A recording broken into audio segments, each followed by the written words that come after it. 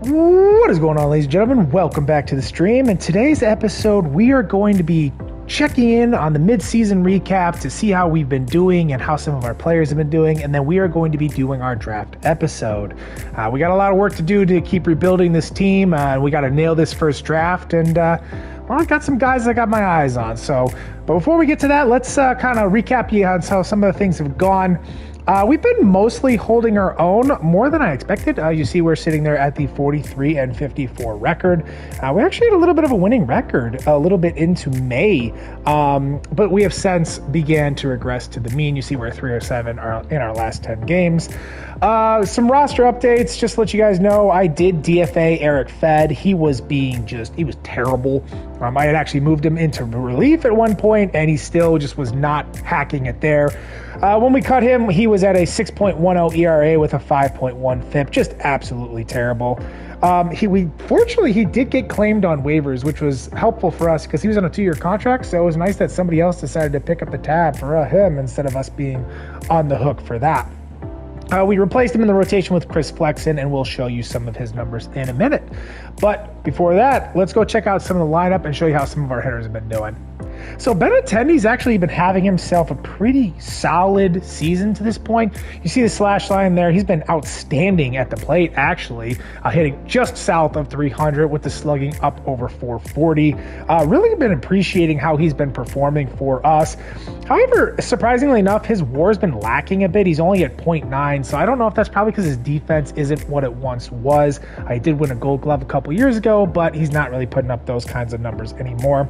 Overall, still a pretty great season from him, and we might look to strike while the iron is hot at the deadline and try to get something for him. He's still got a few years left on his contract, but if he's really kind of peaking right now, we might be able to get something good for him at the deadline. Next guy I wanted to go over is Dominic Fletcher. As you see, he's currently on the IL. He's coming back from a shoulder injury. He'll be back in a couple of days, but he's actually had a pretty solid year playing on the strong side of the platoon against righties. You see the slash line there, 272, 323, and 448. Also providing us with pretty solid defense in right field. Been pretty pleased with him so far. He's becoming a nice little piece for us. I like that. Luis Robert Jr. continues to be our stud and our best player.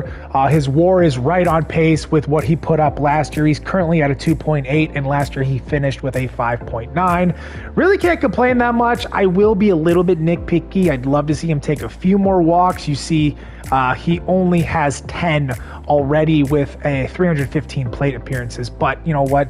Beggars can't be choosers, and we are definitely beggars right now. And overall, slash line's been outstanding. Taking a look at Eloy Jimenez, I mean, this guy has been insane this season. I mean, check out this slash line, 351, which is incredible, 392 on base percentage, and a 625 slugging. See some of the boosts he's been able to get. He's really been crushing right-handed pitching to this point this year. His WAR is a huge 3.8, which is really crazy for a DH-only player. He's going to be our biggest decision to make at the trade deadline. Do we hang on to him and try to, further endow our future with him? He's only got 2 years left after the season, or do we try to flip him while he is just on fire and finally healthy? I don't know, man. It's going to be a big decision for us to make. Switching over now for a little bit of disappointing performances. Gavin Sheets and Andrew Vaughn have just been piss poor from the plate. Gavin Sheets has been a little bit better, but that's not to say that he's been good. He's currently sitting at a -1 WAR. And then let's switch over to Andrew Vaughn and show you here that he is actually hitting below the Mendoza line, not hitting for any power, and his WAR is actually -1.1. This is really, really disappointing. I was hoping for one or both of these guys to really provide something at the plate, and it's just been nothing. Another guy who's really been performing really poorly is Yohan Moncada. You see where his slash line is at, just terrible. His WAR is also at a -1.1. I was hoping to get some kind of trade value out of him. He's only got 1 season left after this year, but his value is at absolutely 0 right now. So we're just going to have to ride him out this year, and then, I don't know, maybe hope he plays well next year enough to try to get us flipped at the deadline. I don't really know what to make of him. Moving on next to the opening day hero, Braden Shoemake. He was unable to sustain that momentum. I don't really have any other shortstop options I love right now, so we're just going to keep riding it out with him for the time being. See what happens in the near future. Switching over to the catcher position, Max Stassi and Martin Maldonado have both performed admirably.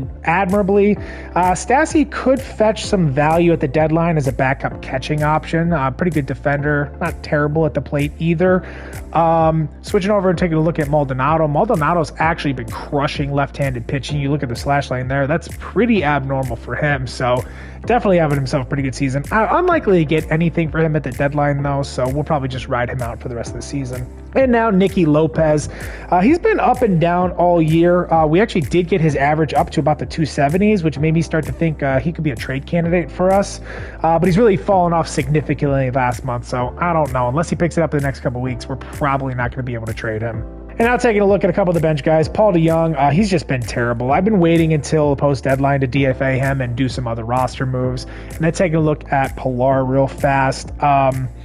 He's been decent on the weak side of the platoon. 217, like the average, a little bit better, but slugging's not bad. So probably hang on to him as a fourth outfielder and keep platooning him with Fletcher for the rest of the season, and then move on from him in the offseason. Now taking a look at our pitching staff, Garrett Crochet, he's been really solid in his inaugural season as a starter. He did hit the IL for a couple weeks recently, but he's now back. His FIP and component ERA have been fantastic, sitting at a 3.19 and a 2.96 respectively, and his WAR is already at a 2.0, so really like what I'm seeing out of him so far. Mike Soroka, I was a little bit worried about him early on. His ERA had actually ballooned over 10 through the month of April, so I thought he might be a DFA candidate, but he's really settled in. So you see what he's been able to knock that ERA down. He was actually down to about 5.4 about a week ago. Had a rough start recently, so for him to be at 10 and now down to 6 is actually not too bad. And then FIP is not too bad. It's at 4.67. Touki Toussaint's actually been a little bit of a surprise. He's not having a half bad season so far. He's really racking up the strikeouts with 10.59 per 9 innings, and the FIP and component ERA are looking pretty good at 3.94 and 3.70 respectively. And he's got himself a 1.2 WAR, so this has been a nice little find for us. Eric Lauer's been okay. The ERA is a little higher than I'd like, but the FIP is 3.67, so that works. He's also found a way to rack up a 1.5 WAR as well. So really doing a good job of trying to just eat some innings and just be a guy for us in that fourth slot. And then Chris Flexen, he hasn't been great, but he's been much better than Eric Fed was. He's currently just being a placeholder for us at the moment, just waiting for a couple weeks to call up some of our top prospects in the pitching department, and I'll show you them in shortly here. So switching over to the relief guys, Tanner Banks was a guy who was struggling in middle relief, but he's really come on strong as a long reliever, kind of a swingman guy. Not really striking out a lot of guys, but he's seriously limiting base runners. You check out his whip at a .98, so really happy to see him do that. John Brebbia, he's continued to be a noodle arm as I expected. The ERA could be a little bit better, but he's eating innings for us in the pen, and we really need that. Jordan Leisure, he's been solid in the numbers department, but his development's not what I was hoping. Nonetheless, still liking him in the pen in the short term at least. Jake Cousins, he was a call-up in June with some of the other bullpen arms struggling. He's, started to establish himself pretty well with an FIP and component ERA of 3.34 and 2.66 respectively. Specifically thanks to a very impressive 13.25 Ks per 9. So I'm liking what I'm getting out of him so far. Sammy Peralta, he's been pretty impressive as well. Probably our best bullpen arm to this season, but he's playing with fire a little bit. He's not striking out a ton of guys, and he's walking more than I'd like. So I'm not going to get too excited on him at this moment, but numbers don't look terrible, at least from the ERA standpoint. So this has been pretty rough. Michael Kopech has not performed very well. You see the inflated ERA all the way up over 6 and the 7 blown saves. I did have to move him out of the closer's role, but it really hasn't helped him that much. This is really disappointing. I was really hoping and holding out hope that it could be a solid bullpen piece for us, but it just doesn't look like it's in the cards at this moment. However, Steven Wilson has been pretty good for us. He was performing well in that setup role. You see he picked up 17 holds, and he's seemingly taken pretty well to the closer's role now that he's in that spot at the moment. Could be a trade candidate for us, although I also could be apt to just keep him as a bullpen piece going forward. Haven't made up my mind yet. Now checking out some of the top prospects. Of course, we got to start with Colson Montgomery. I see some of the development there, not terrible, but not great as well. -2 to the contact rate is a little bit disappointing. The numbers can be a little bit better for him. The average is not quite where I'd want it to be, and everything else is kind of suffering because of that. He was really hot to start the season, but he's kind of cooled off as time has gone on. Not going to rush a call up at any point right now. We may still see him at some point this year, but I'm not going to push him too fast. Another guy who's struggled a little bit is Edgar Quero. You see the numbers there, not great, and the development has been a little bit disappointing as well. The catcher curse is striking me again. I told you guys in the first episode, I somehow struggle to develop catchers. I don't understand how this always happens, but I'm not going to panic. He's only 21 years old. He's already 69 overall, so I think I can be patient with him. Checking out Samuel Zavala, he did have a slow start to the year, but he's really found his groove of late. If I had to be nitpicky, I'd like to see a little bit more power out of him, but I'm not going to be complaining. See, he's already got +2 to that vision. We'd really like to further endow that as we go forward because that's really our biggest concern with him. Now checking out Jacob Gonzalez, this is a nice little development for us as he's actually gotten a potential bump into the Bs. So I am pretty excited to see that. Check out the numbers. The bat's still a work in progress. The average and the slugging could be a little bit better, but man, that on-base percentage and his discipline numbers are outstanding. Looking like a pretty solid defender. So this has been a nice little development for us. One player I want to point out as a surprise is Wilfred Veras. He's had some pretty good performance at AA. He's only got 75 potential, but he's somebody that I'm going to want to monitor going forward. You see where the on-base percentages is there. He's got some pretty good power numbers for statistics as well. So, it's been a nice little development from him. I'm intrigued. Switching over to pitchers, Drew Thorpe has been outstanding. We've really just been consolidating his gains in development while waiting to make him a post-deadline call-up. We're most likely going to do a full episode for his MLB debut at some point this season. Moving down to Nick Nastrini, he's been up and down performance-wise, but a little bit more down of late. I'm still want to see a couple starts with the big league club before I make a final decision if I want to shift him to relief full-time. Now, Jairo Iriarte, I've been pretty pleased with his performance and development to this point. I don't know if a call-up is in line at any point this season, but we'll see if there's a possible way to get him in the rotation. Maybe in September, get him a couple starts and see, how he's doing. So Noah Schultz has been in AA. He picked up an unfortunate shoulder injury, which is hurting his development a bit. When he was on the mound, he was doing just okay. Hopefully we can get him back sooner rather than later so we can get some late season gains to his development and really set him up to be in AAA next year. And one final guy I wanted to point out was somebody I did not mention in the initial episode, but he's been a nice pitching development. Didn't even realize he was a high C potential. He's now a low B potential. Is Seth Keener, 22-year-old relief pitching prospect. He's really been pristine down at AA. You see the ERA of 1.7 and the WHIP of 0.9. Not sure if I'll push him into AAA or just try to consolidate some of his development gains in AA, but this has been a nice little development. I'm pretty happy to see that. All right, so now let's move to the draft part of this episode. I have set up my draft queue there on the left-hand side. I really went hard after position players in the scouting department. Didn't scout a whole ton of pitchers. I like where our pitching is at as so far to go for our farm system right now. So I really wanted to try to find some high upside fielders if I could. We have the 5th pick, I believe, so I'm hoping one of these two guys falls to us, Barry Ryan or Darryl Rogers. I'm a big fan of Barry Ryan, but I feel like it's highly unlikely he's going to make it to us, but let's see what happens. Alrighty, let's roll. Who is the first overall pick going to be? Ed Landry. Didn't even scout him.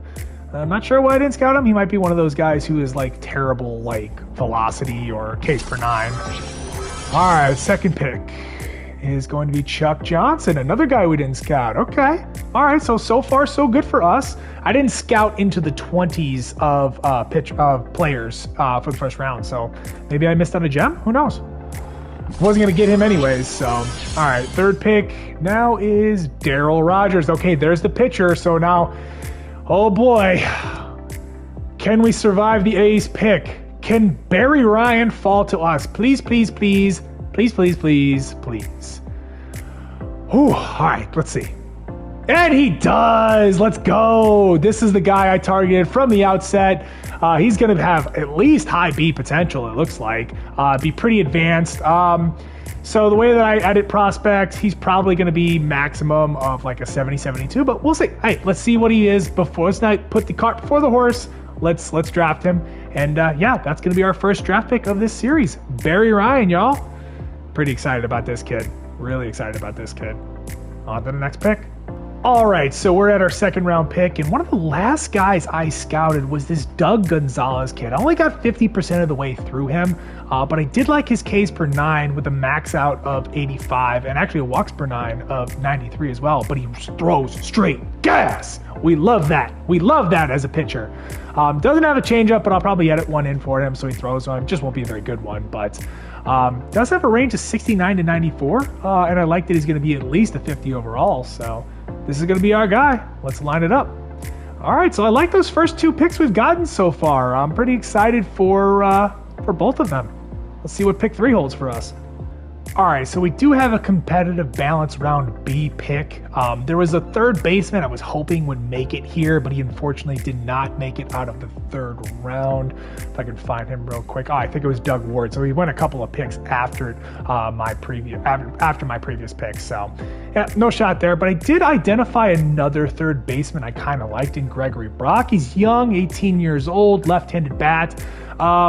Yeah, I like his overall makeup. He looks like kind of a balanced across the board kind of guy that we can kind of mold into the player we need to be. Already has some pretty decent fielding and athleticism. So I think this is a guy we can do something with, and I'm happy to make him our third pick in this draft. Like what we're doing so far. Let's see if we can keep it rolling. All right, and we're back on the clock pretty shortly after that last pick. I'm starting to run out of scouted guys here. And there's not really a lot of guys I like at all. I'm kind of honing in on this Douglas White guy. Doesn't have outstanding potential as a maximum there, which you see he's only at 82. Probably going to be maybe in that mid to high C range. But I like his makeup. The bat could use some work, but he's got outstanding athleticism and great defense. And I feel like I can accept that as a center fielder, even if the potential isn't great. So I'm going to make this guy our fourth pick. And yeah, I'm pretty happy with what we're getting so far. Hopefully these guys are as they've been scouted. All right, and we are back here in the fourth round. As you can see, I still have a couple of guys scouted left. I did consider trying to take a blind swing on a guy, but I looked back at Eric Barr again, and I thought, hey, you know what? This is another guy who's really outstanding defensively with great athleticism. And even though he doesn't have the great potential, you see he's only in that 67 to 80 range. Not a guy I think I'm going to hate taking a chance with. So let us go and take Carlos Hyde. Oh, what did I do? Okay, well, I just took, I think I ran out of time is what happened. So, all right, well, I guess this is what happens. I will draft Carlos Hyde. Damn, I hope that shortstop makes it in the next round. I'm really curious about him. All right, so apparently the clock is a little bit faster than it was last year. Was not prepared for that, so it auto-drafted another player for me, Mike Murdoch. I was looking at some pitchers, so hopefully like one of those guys is available in the next round, so we'll see what happens here. But all right, fine, 60 to 88 potential, not really that heavily scouted. We'll see what happens. Mostly focusing on those early rounds, not too disappointed, so we'll see. All right, and yeah, the clock is a lot faster. Did not realize it was a minute, so I kind of cost myself a couple picks in the middle there, but it's okay. Not going to fret over that. I'm going to be taking this Terrell Robinson guy. Just a blind shot here. Has some decent defense. Don't really care that he's got injury. Hopefully you get like mid-C potential. Just a nice organizational catcher to keep around. All right, and we've reached the end of the draft here. Little disappointed I wasn't able to make picks in that fourth or fifth round. Didn't realize the clock was so drastically short in those later rounds. But it's no big deal. We'll see how those two guys that got taken for me pan out. And I'm really focusing most on those first four guys that we drafted. Pretty excited to see how they turn out. And yeah, I think we got some good pieces. So this is going to be the end of this episode. I appreciate y'all tuning in. I will see you in the next one, which will be our trade deadline episode. I got some moves up my sleeves, I think. So in the meantime, tweet time. Hope y'all have a wonderful rest of your day, and I'm gone. Deuces.